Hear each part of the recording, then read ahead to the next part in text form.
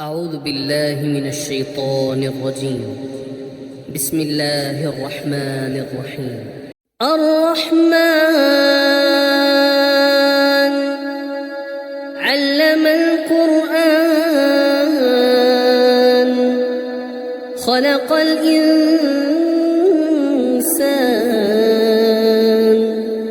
علمه البيان. الشمس والقمر بحسبان والنجم والشجر يسجدان والسماء رفعها ووضع الميزان ألا تطغوا في الميزان وأقيموا الوزن بالقسط ولا تخسروا الميزان. والأرض وضعها للأنام فيها فاكهة والنخل ذات الأكمام والحب ذو العصف والريحان. فبأي آلاء ربكما تكذبان؟ خلق الإنسان من صلصال كالفخار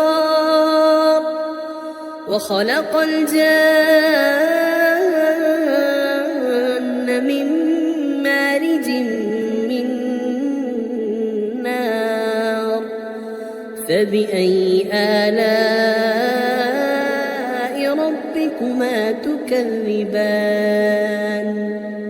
رب المشرقين ورب المغربين. فبأي آلاء ربكما تكذبان؟ مرج البحرين يلتقيان بينهما برزخ لا يبغيان. فبأي آلاء ربكما تكذبان؟ يخرج منهما اللؤلؤ والمرجان. فبأي آلاء ربكما تكذبان؟ وله الجوار المنشآت في البحر كالأعلام. فبأي آلاء ربكما تكذبان؟ كل من عليها فان ويبقى وجه ربك ذو الجلال والإكرام. فبأي آلاء ربكما تكذبان؟ يسأله من في السماوات والأرض كل يوم هو في شأن. فبأي آلاء ربكما تكذبان؟ سنفرغ لكم أيها الثقلان. فبأي آلاء ربكما تكذبان؟ يا معشر الجن والإنس إن استطعتم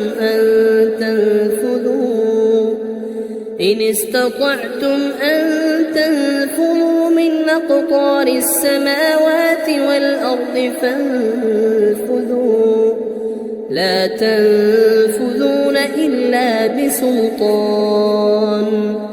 فبأي آلاء ربكما تكذبان؟ يرسل عليكما شواظ من نار ونحاس فلا تنتصران. فبأي آلاء ربكما تكذبان؟ فإذا انشقت السماء فكانت وردة كالدهان فبأي آلاء ربكما تكذبان فيومئذ لا يسأل عن ذنبه إنس ولا جان فبأي آلاء ربكما تكذبان يعرف المجرمون بسيماهم فيؤخذ بالنواصي والأقدام فبأي آلاء ربكما تكذبان هذه جهنم التي يكذب بها المجرمون يطوفون بينها وبين حميم آن فبأي آلاء ربكما تكذبان ولمن خاف مقام ربه جنتان فبأي آلاء ربكما تكذبان ذواتا أفنان فبأي آلاء ربكما تكذبان فيهما عينان تجريان فبأي آلاء ربكما تكذبان فيهما من كل فاكهة زوجان فبأي آلاء ربكما تكذبان متكئين على فرش بطائنها من استبرق وجنى الجنتين دان فبأي آلاء ربكما تكذبان فيهن قاصرات الطرف لم يطمثهن إنس قبلهم ولا جان فبأي آلاء ربكما تكذبان كأنهن الياقوت والمرجان فبأي آلاء ربكما تكذبان هل جزاء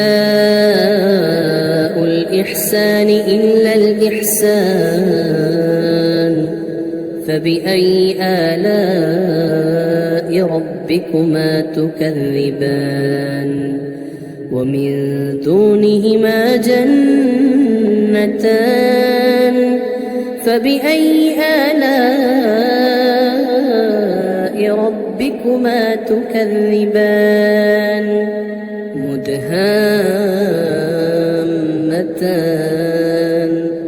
فبأي آلاء ربكما تكذبان فيهما عينان نضاختان فبأي آلاء ربكما تكذبان فيهما فاكهة ونخل ورمان فبأي آلاء ربكما تكذبان فيهن خيرات حسان فبأي آلاء ربكما تكذبان حور مقصورات في الخيام فبأي آلاء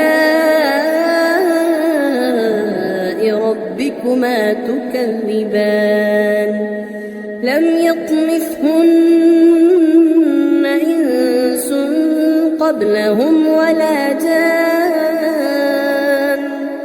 فبأي آلاء ربكما تكذبان متكئين على رفرف خضر وعبقري حسان فبأي آلاء ربكما تكذبان تبارك اسم ربك ذي الجلال والإكرام